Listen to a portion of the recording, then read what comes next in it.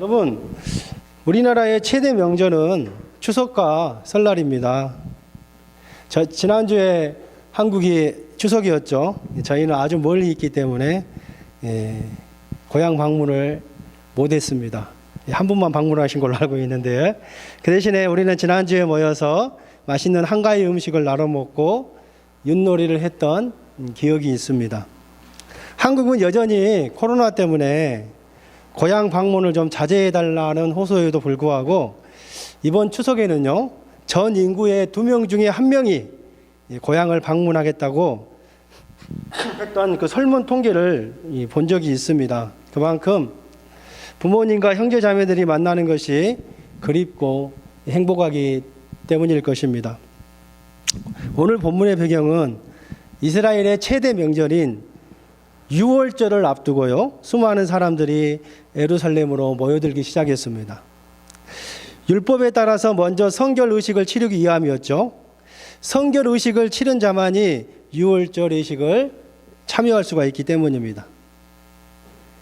각처에서 모여든 유대인들은 명절 때마다 성전의 모습을 나타내 보이셨던 예수님을 찾아보았지만, 그러나 이번엔 예수님의 모습이 보이지 않았습니다.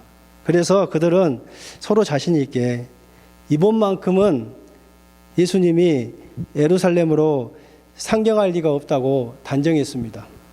거기에는 그럴 만한 충분한 이유가 있었습니다. 대지사장들과 바리새인들이 예수님에 대한 체포명령을 내려놓고 있었기 때문입니다.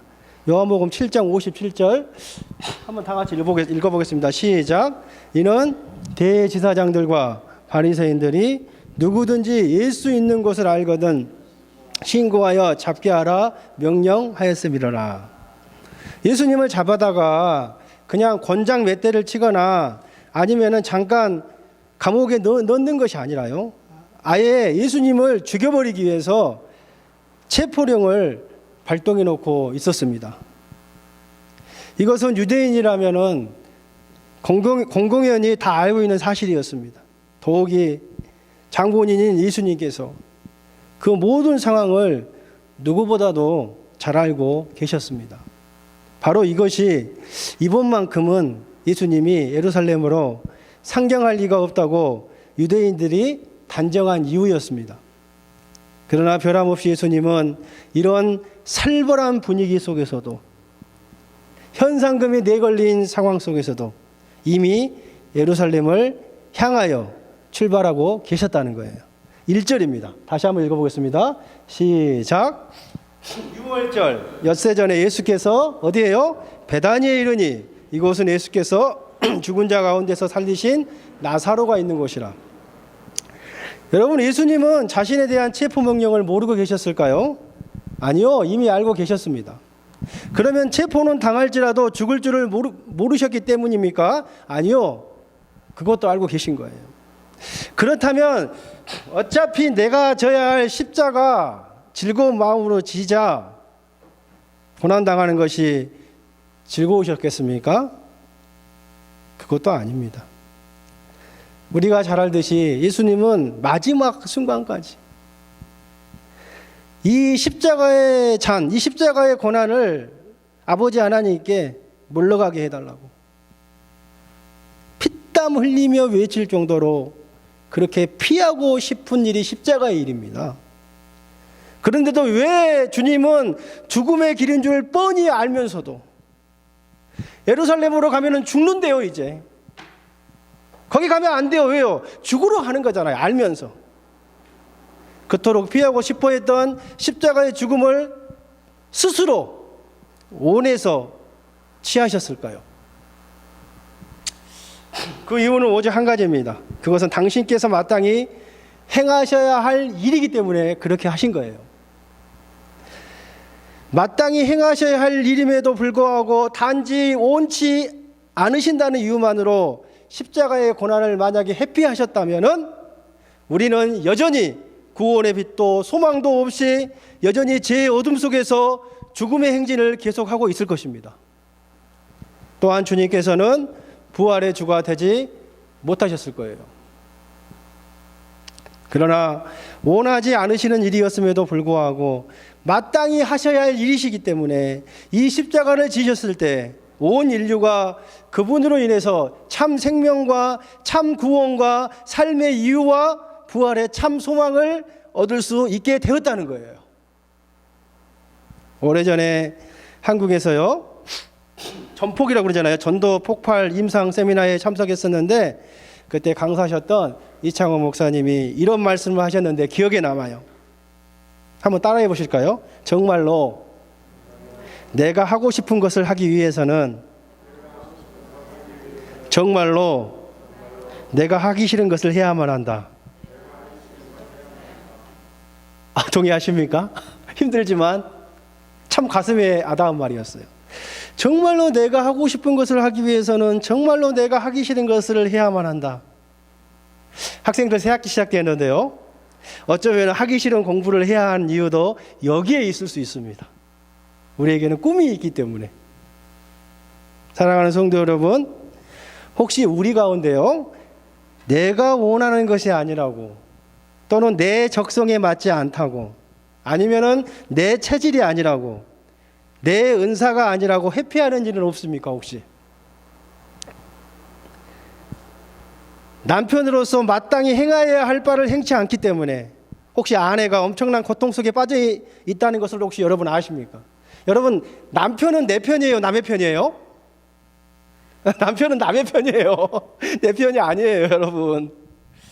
여러분, 부모로서 마땅히 행하여야 할 바를 하지 않기 때문에 자녀들의 가슴에 새파란 멍자국이 있는 것을 여러분 혹시 아십니까? 크리스천으로서 마땅히 행하여야 할 바를 행치 않기 때문에 온 사회에 불의가 만연한 것을 여러분 아십니까?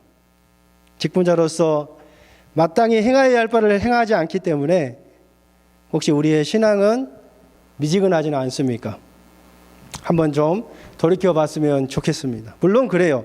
교회는 물론 은사대로 자기가 잘하고 싶은 것에 대해 헌신을 해야 합니다. 그러나 여러분, 내가 원치 않는 것이라고 할지라도, 비하고 싶은 것이라고 할지라도 하나님의 교회가 더 아름답게 세워질 수 있다면은 당장 행해야 할 것들에 주저없이 행하는 자들이 되십시오, 여러분. 내가 들어가야 할 예루살렘이기 때문에 미련 없이 들어가세요. 내가 져야 할 십자가이기 때문에 서슴없이 지는 여러분 제자들이 되십시오. 이게 성숙이지 않겠습니까? 그때 여러분, 나 자신은 물론이요, 나와 함께하는 모든 자들이 나로 인하여 영원한 부활의 생명과 평강을 기뻐하며 누리게 될 것입니다. 내가 하나님의 미달이 되는 거예요. 그게 성숙이지요. 철이 있는 사람의 특징이 아니겠습니까? 하고 싶다고 하고 하기 싫다고 하는 것은 어린아이죠. 그러지 않습니까, 여러분? 2절, 3절 다 같이 한번 읽어보겠습니다. 시작. 예수를 위하여 잔치할세. 마르다는 일을 하고 나사로는 예수와 함께 앉은 자 중에 있더라. 마리아는 지극히 비싼 향유곧 순전한 나도 한 그릇을 가져다가 예수의 발에 붓고 자기 머리털로 그의 발을 닦으니 향유 냄새가 집에 가득하더라. 아멘. 여러분, 잔치 축제는 참 행복하고 기쁘고 즐거운 일이죠. 약 2, 3주 전인가 한국에서 저희 처남이 딸 돌잔치를 했었습니다. 저희 아내 쪽은 굉장히 아들이 귀하거든요. 저희 아내 가족이 8남매인데요. 딸 아들이에요. 8번째 아들 하나니까 이거 좀 이상하네. 아무튼 얼마나 귀하겠어요. 그 귀한 처남, 귀한 처남이 딸을 낳아가지고 돌잔치를 하니까요. 저희 가족만 빼놓고 저희는 멀잖아요. 가기가 온 가족이 모여서 축하해주고 맛있는 것을 먹고 사진을 찍어서 카톡에 올린 것을 저희는 대리만족을 했습니다마는 오늘 잔치는요, 마태와 마가복음에 나온 것 같이 문둥이 시몬의 집에서 죽은 나사로를 살린 기념으로 예수님을 위해서 감사의 잔치가 벌어진 거예요. 참 그 스승의 그 제자라고 참 영광한 제자인 것 같아요. 얼마나 용감하냐면 배가 배 밖으로 나오는 그런 용감한 제자인 것 같아요. 아까 우리가 살펴보았듯이요. 지금 제일 높은 사법기관인 산헤드린 공회가요. 어느 누구라도 예수님이 있는 곳을 발견하거든 당국에 알리라는 명령을 받았다는 것을 기억하고 있잖아요. 예수님이 어디 계신지 알고도 예수님이 계신 곳을 알려주지 않는 것 자체가 여러분 공범죄입니다. 그러니까요, 이 잔치는 지금 살벌한 잔치라는 거예요. 10절에 보니 뭐라고 나왔어요? 대제사장들이 나사로까지 죽이려고 모이하니. 이 사람들이 나사로까지 죽였는지 죽이지 않았는지는 잘 모르겠습니다. 근데 이 사람들이요, 여러분 사람을 죽이려고 마음만 먹으면은요, 죄 없는 사람도 죄를 만들어 죽인 자들이 바로 나사로 하나 못 죽이겠습니까? 아무튼 이 사건 이후로 십자가상이나 부활했을 때도 마리아 이야기는 나오는데 나사로는 더 이상 등장하지 않는다는 사실이에요. 이런 얼음장같이 쌀벌한 분위기 속에서 공공연하게 초대장까지 보내놓고 강고까지 하면서 잔치를 벌이는 이 태어난 모습, 이 여유, 이 신앙의 내공은 어디에서 나온 것일까요? 참 너무 부럽고 멋있고 본받고 싶습니다. 원수의 목전에서 상다리 부러지게 차려놓고 잔치를 폐설하는 정말로 이 배짱이 너무 부럽다는 거예요. 2, 3절을 다시 보시게 되면요, 새 온누이의 헌신의 다양한 스타일을 볼 수 있습니다. 참 대단한 것은요, 이 마르다 마리아가 부모도 없이 컸잖아요. 그런데 어떻게 이 새 온누이가 이렇게 예쁘게 신앙생활을 하는지 참 부러운 것 같아요. 먼저 2절에 보니까 마르다는 뭐래요? 마르다는 일을 해요, 일을. 그녀는 끝까지 섬기는 일을 했습니다. 그녀는 지금 자기 집도 아니고 시몬의 집에서 여주인처럼 일을 하고 있습니다. 여러분, 함께 식사한 사람이 마을 사람 빼고 최소한 17명은 되는 것 같습니다. 우리 몇 명이 빨리 세어보세요. 4, 5, 6, 7, 8, 9, 10, 11, 12, 13, 14, 15, 16, 17, 18, 19, 20, 21, 22, 24. 지금요, 그녀는 그러니까요, 최소한 17명이요. 예수님과 12제자 해서 13, 마르야, 나사로, 초대한 주인 시몬, 마르다. 17이잖아요. 더 있었겠죠. 그녀는 최소한 17명을 위해서 땀을 뻘뻘 흘리며 식사 준비를 하고 있어요. 쉼 없이 눈꽃을 새 없이 봉사하고 있었지만은 성경에 짜증냈다는 말은 한마디도 없습니다. 또 혼자 일한다고 삐졌단 말도 없어요. 여러분, 교회에서 찬양팀이나 식사당번이나 교회 봉사할 때 해오신 것처럼 기쁜 마음으로 하시기를 축원드립니다. 두 번째는요, 2절에 기록된 예수님과 함께 식사를 하고 있는 나사로가 나오네요. 우리가 잘 알듯이 나사로가 죽은 지 며칠 만에 살아났어요, 여러분? 며칠만? 며칠? 사나? 맞았어, 4일. 이렇게 똑똑하지? 여러분, 진짜 죽었다가 살아났어요. 그러니까요, 나사로는요, 말 안 하고 가만히 있는 것 자체도 뭐예요? 살아있는 간증 그 자체입니다. 한번 생각해 보세요, 여러분. 죽었다가 살아난 사람이 가만히 앉아있으면 나사로를 보려고 얼마나 많은 사람들이 몰려들었겠습니까?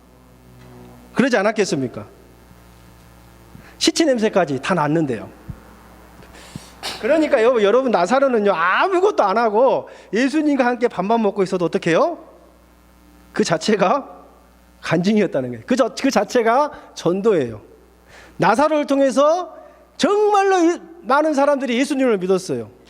10절 보세요. 나사로 때문에 많은 유대인들이 가서 예수를 믿음일러라. 그래서 오직 했으면 대제사장들이요, 나사로까지 죽이려고 모의했다는 거예요. 세 번째는요, 3절에 기록된 마리아입니다. 제가 문제를 하나 내겠습니다. 이것들이 무엇과 관계가 있을까요?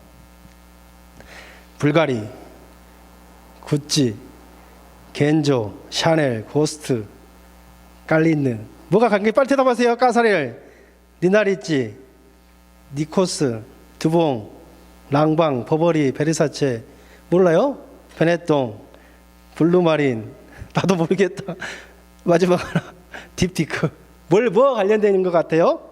제가 여러분 방어를 하고 있는 건 아니고 뭐? 향수와 관련이 있어요. 향수 안 바르세요, 여성분들? 아무튼 저도 잘 모르지만은요, 비싼 명품 향수라고 합니다. 여러분, 마리아는 비싼 향수, 얼마나 비쌌으면 지극히 비싸다고 표현했을까요? 아주 비싼 순전한 나드인요, 나르도 스타키스 자타만시라고 이름을 가진 향나무 뿌리에서 추출되는 이 향수를 이 한 근이나 가져와서 주님의 발에 부었습니다. 이 물이 몇 리터죠? 500ml죠. 학자들은 마리아가 깨트린, 그러니까 그 옥합을 깨트렸다기보다는 옥합을 열었다는 표현이 맞아요. 이집트에서 수입한 옥합에다가 향수 한 근을 집어넣는데 아마 500ml인데요. 학자들은 350에서 한 850ml 정도 된다고 해요. 그걸 부었어요. 이 향유는요, 이스라엘에서 멀리 떨어진 히말리아 산맥과 인도 일부 지방에서만 서식하고 있었기 때문에 이스라엘에서 유통되던 모든 그 어떤 향유보다도 가장 값비싸게 거래되고 있었어요. 여러분 다 피부적으로 느끼겠지만 요즘 물가가 너무 많이 올랐잖아요. 뭐 뉴스 듣기로는 40년 만에 가장 이렇게 물가가 급등했다고 하는데, 가끔씩 한인마트에 가서 우리 제일 싼 삼겹살 말고 그 이외의 삼겹살, 뭐 칼집 삼겹이나 아니면은 생오겹살이나 소고기 꽃등심 같은 걸 먹고 싶어도 누구의 가사처럼 들었다 놨다 하고 결국 놓고 올 때가 많아요. 어제 그제도 갔다가 들었다 놨다 하다가 결국은 놓고 왔어요. 그런데 여러분, 비싼 소고기 한 근도 아니고요, 향수 한 근이면은 얼마나 되겠습니까? 향수 한 근이면은 계산에 빠른 가룟 유다에 의하면은 5절에 보니까 뭐라고 해요? 300데나리온 이상이라고 이야기합니다. 데나리온은 노마의 화폐 가치를 이야기하는데 한 데나리온이 노동자 하루 품삯이에요. 그러니까 지금 말로 하면 얼마나 될까요? 한 3천만 원에서 한 5천만 원 정도 되지 않겠습니까? 야, 이 정도 향수가 3천만 원에서 5천만 원이면 어마어마하네요. 그렇죠?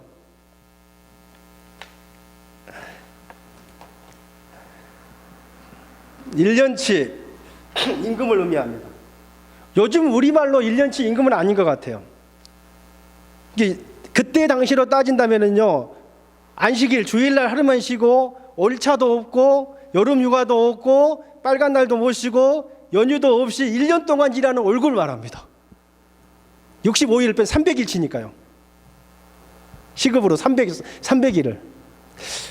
여러분, 이거는 실로 엄청난 가격입니다. 이 향유는 마리아에게 있어서 가장 소중한 거였죠. 마리아가 이 비싼 향유를 어떻게 얻었는지는 기록을 하고 있지 않지만은 분명한 것은요, 쓰려고 사지는 않은 것 같아요. 만약에 이 향유를 사용하려고 했다면은 얼마 전에 죽었던 하나밖에 없는 오빠 나사로를 위해 사용했으니까요. 그때 마리아는 이 나사로를 위해서 이 향유를 사용하지 않았죠.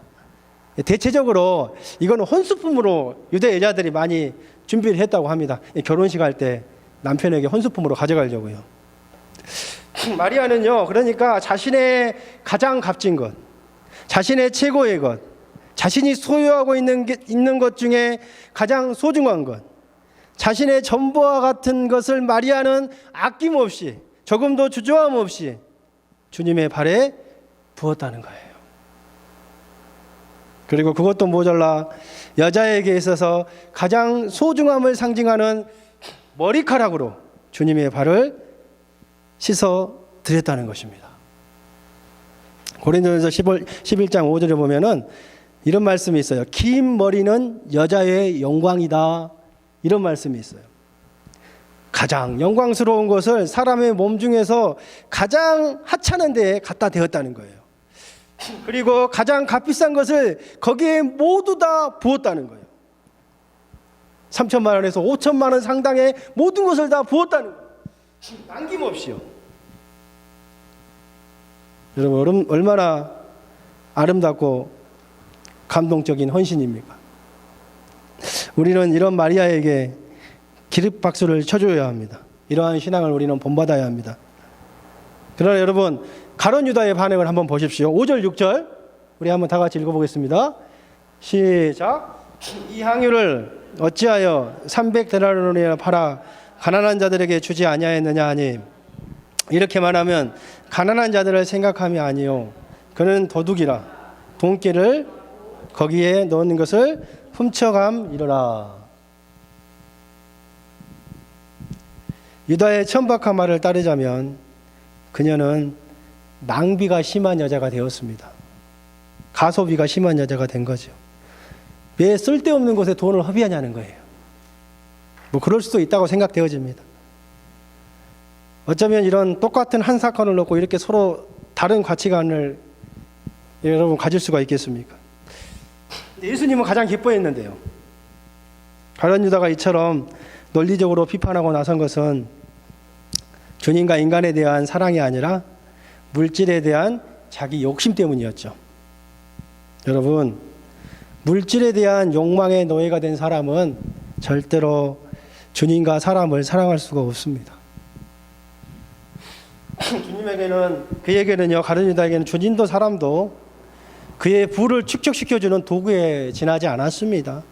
여러분, 얼마나 예수님의 가치를 우습게 알았으면 단돈 은 30냥, 120데나리온, 넉 달치 월급, 종이나 노예값에 예수님을 팔았잖아요. 쉽게 말하면 예수님의 가치가요, 향유옷과 가치만도 못한다는 거예요.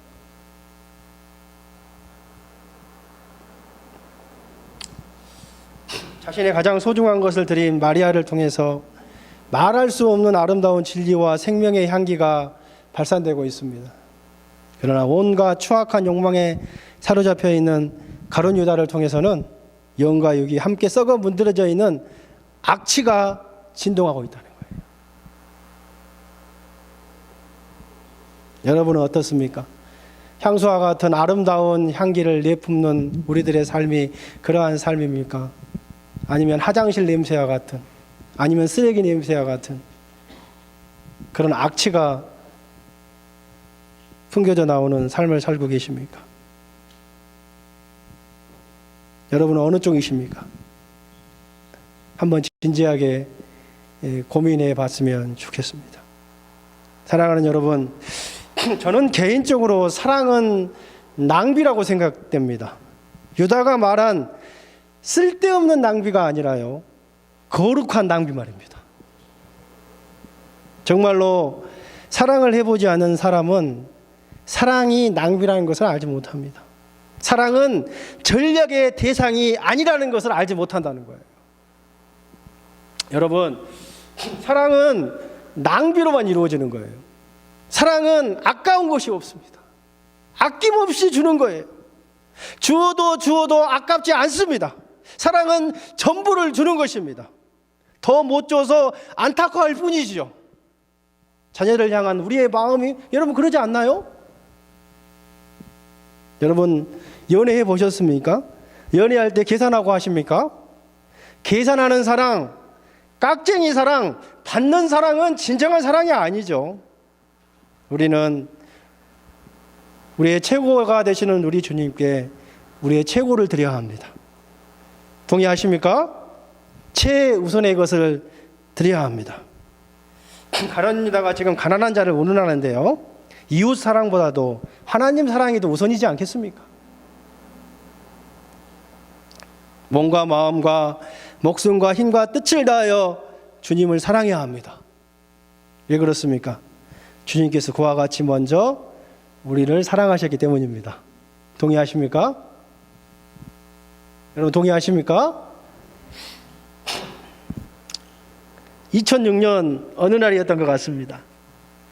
저희 큰아들 다이씨가 4살 때 이야기인 것 같아요. 3살 때인가 4살 때. 요셉이는 엄마 뱃속에 있었어. 아직 태어나지 않았었고 좀 오래된 것 같아요. 한 16년 정도 된 것 같으니까. 제가 그때 사당동 성진교회에서 교육전도사로 사역하고 있었을 텐데요. 그때 제가 이제 중학생 중등부를 맡고 있었는데 그때 이 본문을 묵상했었는데 진짜 16년 전 이야기를 하는 겁니다. 그런 생각이 드는 거예요.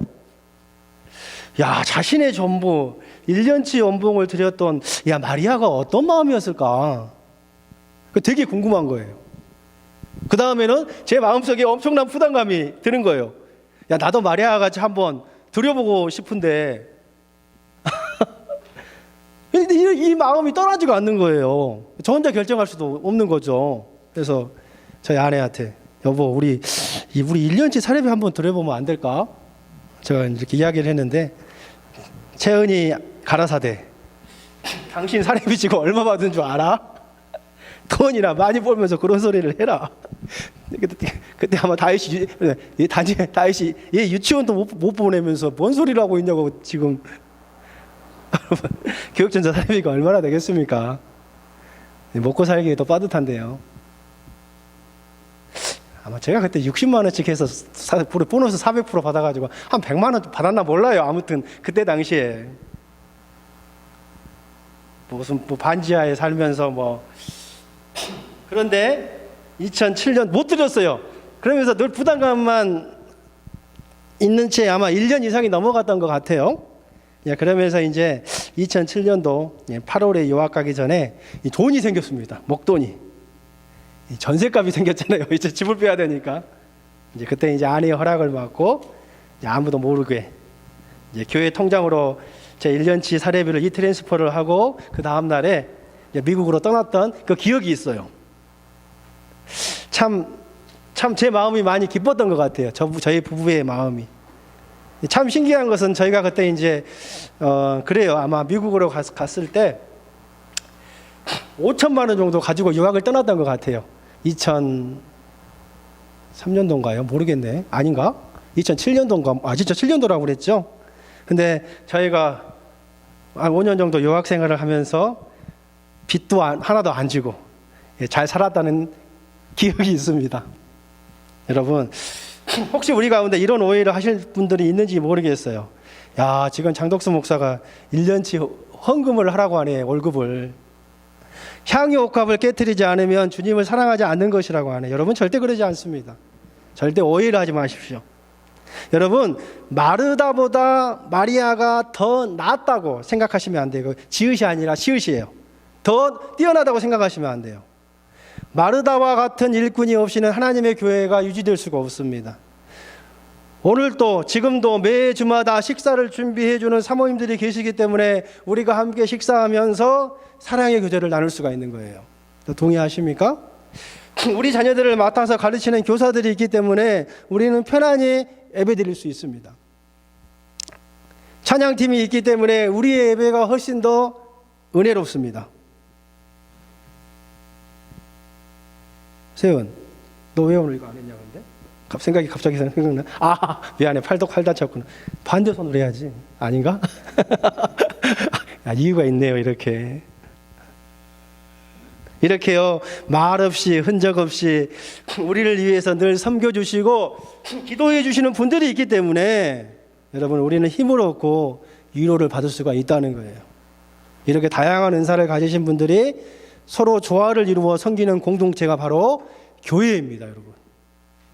여러분 여러분의 자리에서 여러분이 가지고 있는 그것으로 최선을 다해서 헌신하십시오. 사랑으로 헌신하십시오. 여러분 최고의 하나님께 여러분의 최고의 것을 드리십시오. 마리아는 자신의 가장 값진 소유를 드렸다는 것을 여러분 꼭 기억하십시오. 사람마다 각자에게 있어서 값진 소유는 다 다를 수 있습니다. 그것이 재물일 수도 있고요, 성공적인 자기 이미지일 수도 있고요, 은행에 저금한 돈일 수도 있고요, 가족일 수도 있고요, 자녀일 수도 있고 연금일 수 있습니다. 그것이 무엇이든지 간에 여러분 문제가 되지 않아요. 여러분은 바로 그것을 예수님께 드리세요. 그것을 사용하여 예수님을 섬기거나 아니면 예수님을 사랑하는 것을 보여주기 위해서 여러분 그것을 활용하십시오. 결론적으로 마가복음 14장 9절을 다 찾아서 한번 있을 것 같은데요. 한번 자막 보고 읽어볼까요? 시작.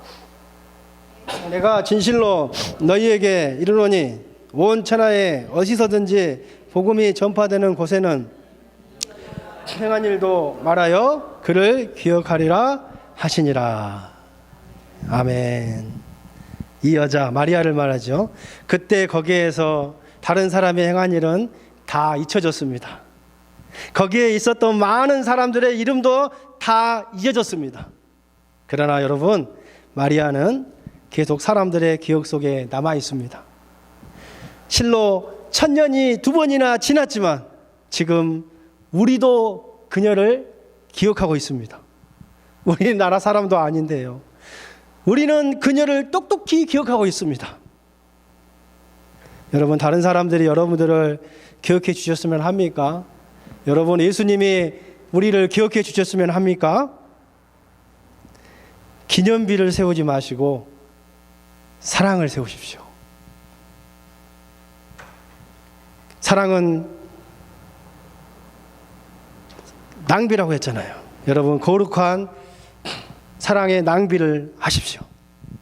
가장 귀한 것, 가장 좋은 것, 가장 최고의 것을 깨뜨려서 여러분이 그토록 사랑하시는 주님께 드리십시오. 왜 그렇습니까? 주님이 이미 먼저 그토록 사랑하는 저와 여러분에게 전부를 주셨기 때문입니다. 기도하겠습니다.